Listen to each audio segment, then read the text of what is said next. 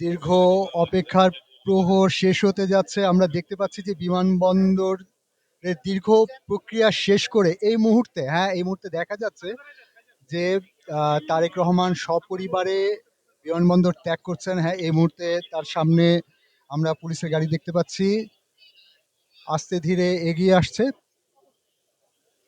জি, এই মুহূর্তে ধীরে ধীরে আহ, তারেক রহমান এবং তার স্ত্রী জোবাইদা রহমান, তার মেয়ে ব্যারিস্টার জাইমা রহমান 17 বছরের নির্বাসিত জীবন শেষে এই মুহূর্তে বিমানবন্দর ছাড়ছেন। ধীরে ধীরে আমরা পুলিশের গাড়ি, র্যাবের গাড়ি এবং হ্যাঁ বিজিবির গাড়ি দেখতে পাচ্ছি বের হয়ে যাচ্ছে। আর কিছুক্ষণ পরে আমরা দেখতে পাবো, এখনো নিরাপত্তার কর্মীরা নিরাপত্তার কাজে প্রচন্ড রকম কড়া নিরাপত্তায় ব্যস্ত রয়েছেন। এই মুহূর্তে আহ, তারা প্রচন্ড কড়া ডিউটিতে রয়েছেন। চারিদিকে একটা রুদ্ধশ্বাস একটা পরিস্থিতি আমরা দেখতে পাচ্ছি।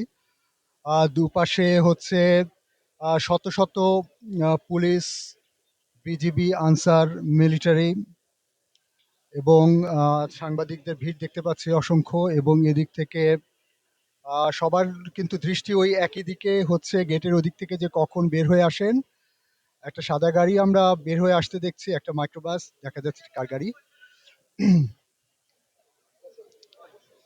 আহ, আহ, প্রচন্ড রুদ্ধশ্বাস অপেক্ষা বোঝা যাচ্ছে এখানে। মানুষ একটু পর পর বলছেন যে এই বুঝি বের হয়ে এলেন, এই বুঝি বের হয়ে এলেন তারেক রহমান সপরিবারে, এরকম একটা গুঞ্জন চলছে আমরা দেখতে পাচ্ছি। মিডিয়া পার্সোনেলরা বের হয়ে আসছেন, সেনাবাহিনী এবং হ্যাঁ সামনে সেনাবাহিনীরা কড়া নিরাপত্তা দিয়ে চলে যাচ্ছেন আর কি। এর পেছনে এরকম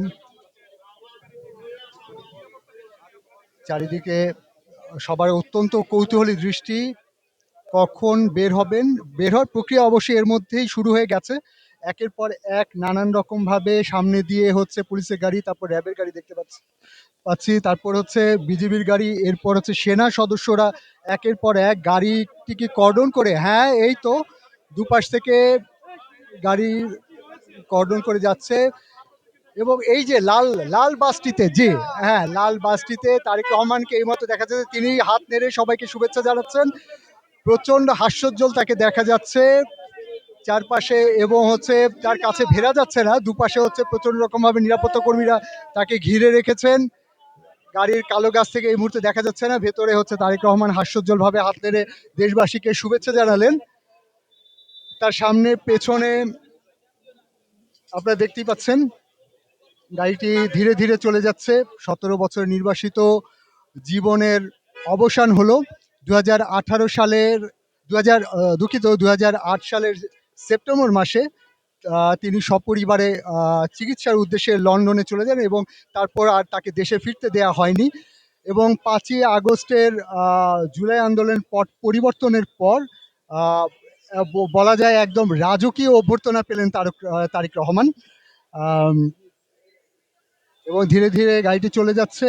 এখন এখান থেকে চলে যাবেন তারা হচ্ছে পূর্বাচলে, তাকে সংবর্ধনা দেওয়া হবে, গণসংবর্ধনা, যেখানে তিনি একাই কথা বলবেন। এখানে যেরকম আমরা শত শত মানুষ দেখছি যারা হচ্ছে আসলে নিরাপত্তা কর্মী, সাংবাদিক, উচ্চপদস্থ কর্মকর্তা বৃন্দ, কিন্তু দেশের যে মূল প্রাণ তা এই বিমানবন্দর ছাড়িয়ে গেলেই দেখা যাবে যে লক্ষ জনতা, বিএনপির নেতা কর্মী, লক্ষ জনতা তাকে সাদরে অভ্যর্থনা জানানোর জন্য অধীর আগ্রহে অপেক্ষা করছেন। আহ, পুরো রাস্তা জুড়েই এই হচ্ছে বিমানবন্দর থেকে পূর্বাচল পর্যন্ত পুরো রাস্তা জুড়েই আসলে প্রচন্ড রকমের ভিড়। সেই তার মাঝখান দিয়ে তারেক রহমান সবাইকে শুভেচ্ছা জানিয়ে হচ্ছে পূর্বাচলে চলে যাবেন এখান থেকে, এবং সেখানে তিনি বক্তব্য রাখবেন, একাই বক্তব্য দেবেন সেখানে, এবং সেখান থেকে তিনি চলে যাবেন হচ্ছে তার অসুস্থ মা সাবেক প্রধানমন্ত্রী বেগম খালেদা জিয়া কে দেখতে এভার কেয়ার হাসপাতালে। এবং এই মুহূর্তে